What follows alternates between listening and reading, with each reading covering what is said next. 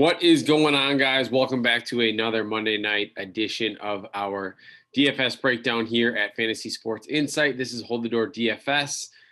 Just kind of coming off of this Sunday night game. Pretty crazy back and forth. I think overall, my assessment of the slate I was pretty happy with. I think you could have looked at Edwards-Helaire, who obviously had a really good game, but I think getting to him was fading Hill or Kelsey. So, I mean, a dime a dozen here. But let's get into tonight's slate. If you have not subscribed to the channel or you have not hit that like button yet on this video, which I appreciate everybody who has been doing that, that is super helpful for our channel to grow. And we just are super excited about it.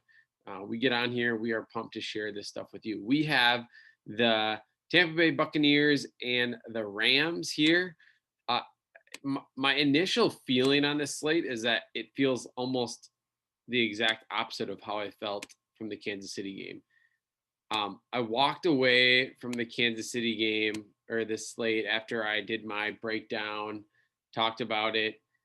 I felt like I had like 2 or 3 builds that I was gonna play. So let's. This is definitely a little bit more not as appealing, a little bit more difficult. But we do have the Bucs are favored by 4.5.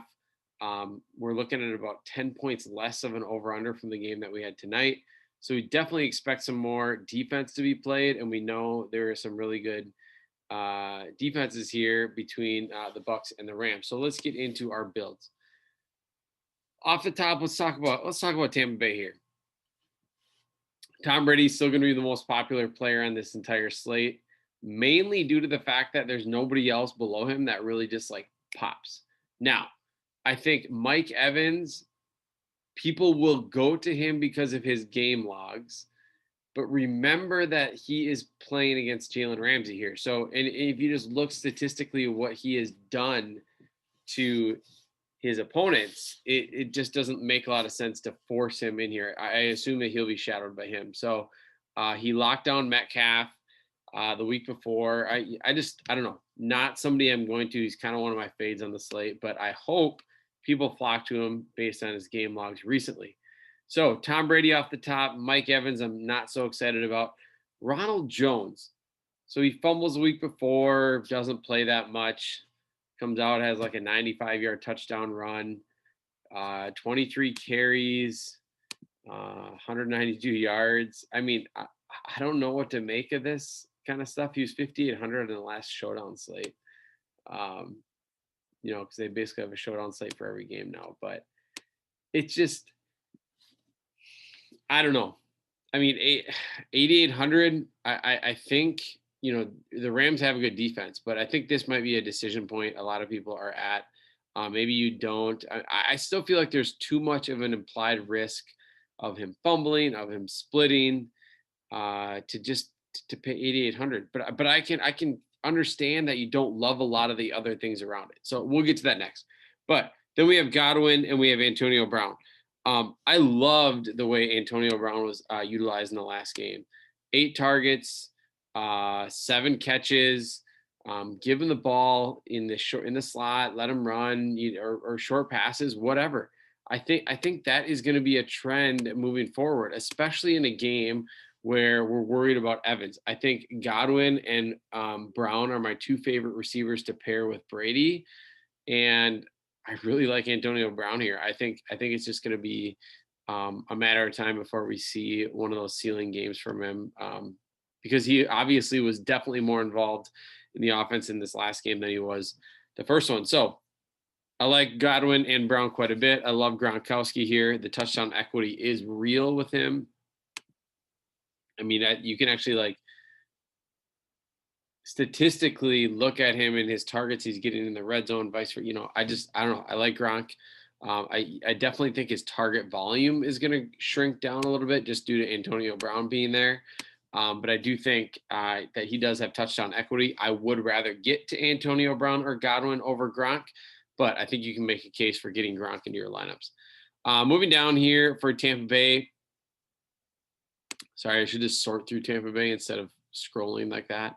Obviously, we're not playing the backup QBs. Leonard Fournette, again, kind of in the same conversation with Ronald Jones. You know, he had 8 carries last game, still caught 2 balls. Excuse me. And you know, I don't know. I still think he's got a decent floor. 4,400 seems actually really cheap for him to potentially be splitting the carries and getting more of the third down, you know, or hurry up kind of. It seems like he's more of the primary pass catcher for them between the 2 running backs. So again, 4,400 I really like. Obviously, it's no secret to most of you who watch my videos and cash games. I love the kickers. Defenses, I think, are actually in play here. I think they're cheap enough, and I think there's some equity there. You know, you still might be looking at 5 points. You know, let's see what the Bucs have done. 5 point, 1 point, 7 point, 6 points.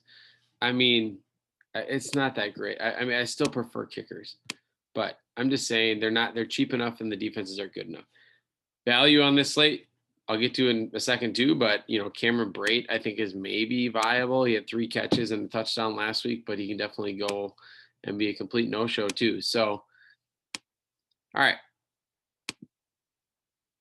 Let's get over here to the Rams side. Excuse me, I'm recording this late. That's why I'm a little tired. But Jared Goff, I think will be really popular just due to his implied floor, even though he's been awful for most of, you know, or just awful in terms of DFS. We just haven't seen the upside games of him. But, you know, 14, 17, 16, 15, I think you have there's a much higher chance of him scoring between 15 or 20 than you predicting which one of Kupp, Woods is going to do that. So Jared Goff, Tom Brady are 2 of my favorite cash plays, just because I don't love the skill players here. I think my 3rd favorite cash play would be a choice between Godwin and Antonio Brown. I do think I would like to try to figure out a way to pair Goff up with either Kupp or Woods. If you're looking at Cooper Kupp here, you know, the targets seem to be trending, you know, pretty much the same. Short passes. I mean, just the touchdowns. Last year, he would get these short touchdowns. All right. Let's go into Robert Woods. Let's check him out. I still prefer, I think I prefer Kupp here. I think in cash, I think he's a little bit safer. But the price tag is enough of a difference that it's not just like flip a coin and whoever you land on. You know, you are saving $1,000 going down to Woods. So you can make a case for that. Reynolds, on the other hand, is consistently right now seeing a lot of volume, which I really like to see. 8 catches on 10 targets last game, 4 catches even on 9 targets, 4 catches on 8 targets. So I think if you can't get to Woods or Kupp in your builds, I think it's perfectly fine going Reynolds. And I think Reynolds is actually, I like a little bit more than Gronk. I think he has a little bit more upside and not as touchdown dependent. Then we're going to get into the 3-headed monster that is the Los Angeles Rams running game in a brutal matchup, to be honest. Henderson, I think, saw the second most snaps last week behind Malcolm Brown. He did score a really short touchdown, but didn't play a lot at the end of the game, was kind of like more of an early game running back. I'm just not that excited about him. I think he was like 8,000 last slate too. Malcolm Brown, I think, is going to get more ownership due to the last game having 19.9. He had 2 touchdowns, running the ball, 6 carries, caught a couple balls through the air.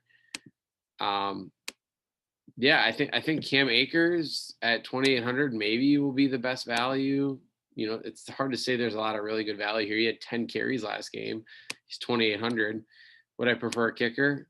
Yes. So my favorite value on this slate is definitely going to be the kickers. And I don't know who's kicking tomorrow for the Rams. I probably should figure that out before I potentially lock somebody in. Yeah, I don't know. Just monitor on it. It looks like Forbath is out. I don't really, like trend news on the kickers, but it's probably one of these guys. So maybe if it's one of these guys, maybe I'll pass on the Rams kicker and just lock in Suck Up for Tampa Bay. But Higbee's in play, Everett's in play. They just don't have the standout value that we've had in a lot of these other slates. So I think start with Brady, start with Goff, fill in with Suck Up, decide what you want to do at running back, and probably try to pair up your both quarterback with at least one receiver. That's kind of my goal here, and I think that will hopefully lead me to a decent cash build. Again, most of my builds are based on cash, but definitely if you game script, I think that's definitely the route to go in GPPs. So thanks again for listening, guys. This is Hold the Door DFS signing out for another DFS Showdown preview.